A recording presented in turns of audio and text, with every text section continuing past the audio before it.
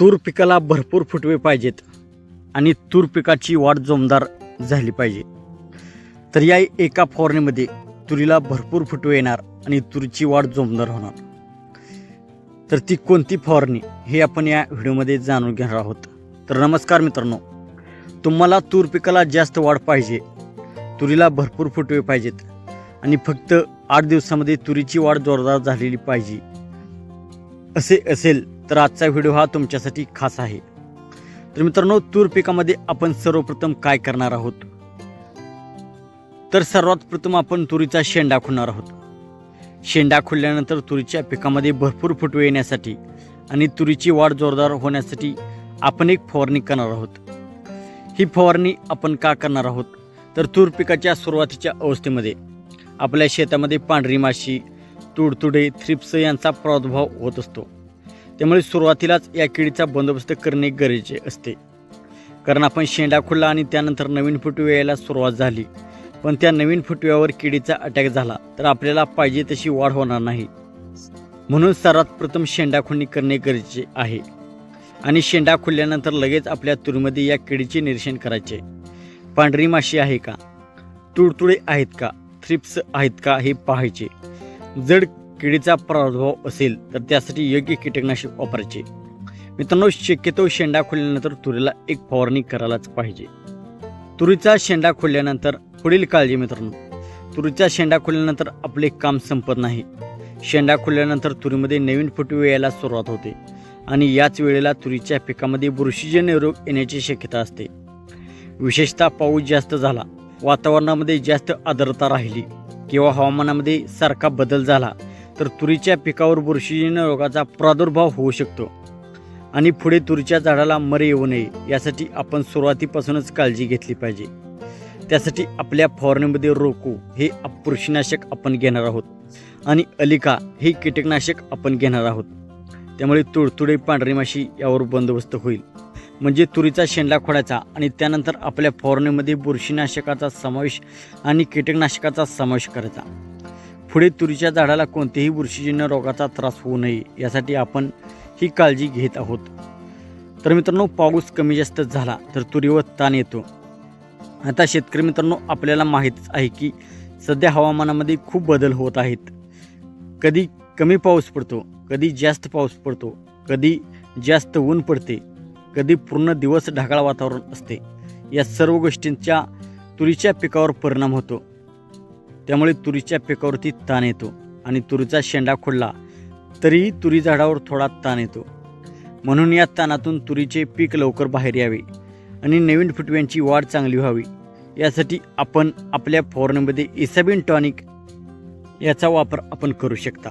इसाबिन tonic आपण याच फवारणीमध्ये mix करणार आहोत. म्हणजे तुरीचा शेंडा खोडला, त्यानंतर तुरीचा किडीचा प्रादुर्भाव असेल, त्यानंतर तुरीवर किडीचा प्रादुर्भाव असेल तर त्यासाठी कीटकनाशक अलिका ही घ्यावी.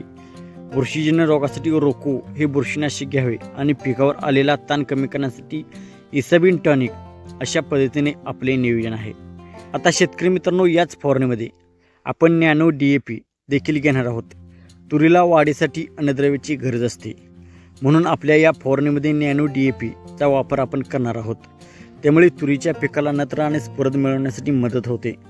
आता काही शेतकरी म्हणतील की नॅनो DAP मुळे सर्व सूक्ष्म अन्नद्रव्ये मिळतात, पण तसे नाही. नॅनो DAP मध्ये नत्र आणि स्फुरद असते. सूक्ष्म अन्नद्रव्यासाठी वेगळे मायक्रोन्युट्रिएंट आपण वापरावे. म्हणून आपण आपल्या पिकाला ज्या अन्नद्रव्याची गरज आहे त्याप्रमाणे नियोजन करायचे. आता संपूर्ण फवारणीचे नियोजन समजून घेऊया. शेतकरी मित्रांनो, आता आपण केलेले संपूर्ण नियोजन एकदा समजून घेऊया. सर्वात प्रथम तुरीचा शेंडा खोडायचा. शेंडा खोडल्यानंतर तुरीमध्ये पांढरी माशी, तुडतुडी, थ्रिप्स यांचा प्रादुर्भाव आहे का ते पाहायचे आहे. प्रादुर्भाव असेल तर त्यासाठी कीटकनाशक अलिका ही घ्यायची. त्यानंतर शेंडा खोडल्यानंतर बुरशीजन्य रोगाचा त्रास होऊ नये म्हणून रोको हे बुरशीनाशक घ्यायचं आहे. पाऊस कमी जास्त झाल्यामुळे किंवा हवामानामुळे तुरीवर ताण आला असेल तर त्यामध्ये इसाबिन टॉनिक त्यासाठी घ्यायचं आहे आणि याच फवारणीमध्ये नॅनो DAP घ्यायचं आहे. म्हणजे आपल्या तुरीमध्ये एकाच वेळी आपण 4 गोष्टींचे नियोजन करत आहोत. बुरशीजन्य रोगापासून संरक्षण होते, किडीचा बंदोबस्त होतो, पिकावर आलेला ताण कमी होतो आणि अन्नद्रव्याचा पुरवठा या फवारणीमध्ये आपणास मिळतो. तर मित्रांनो, सर्वात प्रथम आपण शेंडा खुडणी करून घ्यायची आहे. कारण तुरीचा शेंडा सतत वर वाढत राहिला तर झाडाची वाढ वरच्या दिशेने जास्त होत राहते. आपल्याला तूर फक्त उंच वाढलेली नको आहे. आपल्याला तुरीला भरपूर फुटवे पाहिजेत, भरपूर फांद्या पाहिजेत, कारण पुढे याच फांद्यावर फुले येणार आहेत आणि याच फुलापासून शेंगा लागणार आहेत. म्हणून तुरीला सुरुवातीपासूनच चांगली फुटवे आणि फांद्या मिळाल्या तर पुढे पिकाला चांगला आकार मिळू शकतो. म्हणून शेंडा खुडणी हे आपले पहिले काम आहे. आता शेतकरी मित्रांनो, काही शेतकरी फक्त शेंडा खोडतात आणि त्यानंतर पिकाकडे लक्ष देत नाहीत. पण शेंडा खुडल्यानंतर तुरीची नवीन वाढ सुरू होणार असते. नवीन फुटवे येणार आहेत, नवीन पाने येणार आहेत आणि याच पानावर नवीन वाढीवर किडीचा प्रादुर्भाव होऊ शकतो. म्हणून शेंडा खुडणीनंतर पिकाकडे लक्ष देणे खूप महत्त्वाचे आहे. पांढरी माशी दिसली की नियंत्रण करायचे, तुडतुडी दिसली तर नियंत्रण करायचे, थ्रिप्स दिसले तर या सर्वांसाठी अलिका ही कीटकनाशक आपण वापरायचे. त्यानंतर हवामान पाहायचे, पाऊस जास्त आहे का, वातावरण दमट आहे का, बुरशीजन्य रोगाचा धोका आहे का हे पाहायचे आणि त्याप्रमाणे रोकोसारख्या बुरशीनाशकाचा आपण वापर करायचा आहे. पाऊस कमी जास्त झाला तर तुरीच्या पिकावर ताण येतो. पाऊस खूप झाला तरी त्रास, पाऊस कमी झाला तरी त्रास. सतत ढगाळ वातावरण राहिली तरी पिकाची वाढ बदलते आणि आपण शेंडा खुडणी केली तर त्यावेळी देखील झाडाला काही प्रमाणात ताण येऊ शकतो. म्हणून आपल्या फवारणीमध्ये इसाबिन टॉनिकचा वापर आपण केला पाहिजे.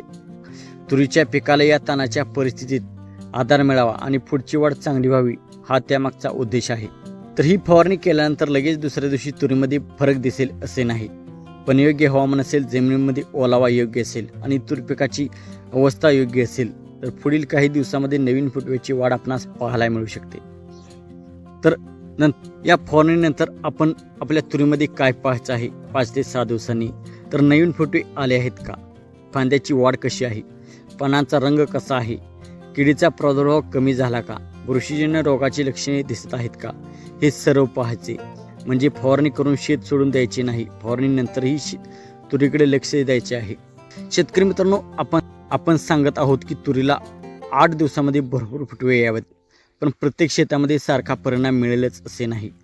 जमीन कशी आहे, तूर किती दिवसांची आहे, तुरीला वाढ कशी आहे, पाऊस कसा आहे, जमिनीमध्ये ओलावा किती आहे, अन्नद्रव्यांची स्थिती कशी आहे, या सर्व गोष्टीवर तुरीची वाढ अवलंबून असते.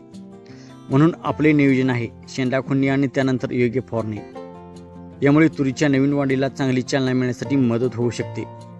तर शेतकरी मित्रांनो, तुरीला जास्त वाढ आणि भरपूर फुटवे पाहिजे असतील तर सर्वात प्रथम तुरीचा शेंडा खोडावा. शेंडा खोडल्यानंतर तुरीमध्ये पांढरी माशी, तुडतुडी आणि थ्रिप्स यांचा प्रादुर्भाव असल्यास अलिका या कीटकनाशकाची फवारणी करावी. शेंडा खोडल्यानंतर बुरशीजन्य रोग येऊ नयेत आणि पुढे तुरीच्या झाडाला मर येऊ नये यासाठी रोको हे बुरशीनाशक वापरावे. पाऊस कमी जास्त झाल्यामुळे किंवा हवामानामुळे तुरीवर ताण आला असेल तर इसाबिन टॉनिक वापरावे आणि याच फवारणीमध्ये नॅनो DAP याचा वापर करावा. तर शेतकरी मित्रांनो, व्हिडिओ आवडला असेल तर शेतकरी मित्रांना नक्की शेअर करा आणि हा व्हिडिओ लाईक केल्याशिवाय पुढे जाऊ नका. धन्यवाद. जय जवान, जय किसान.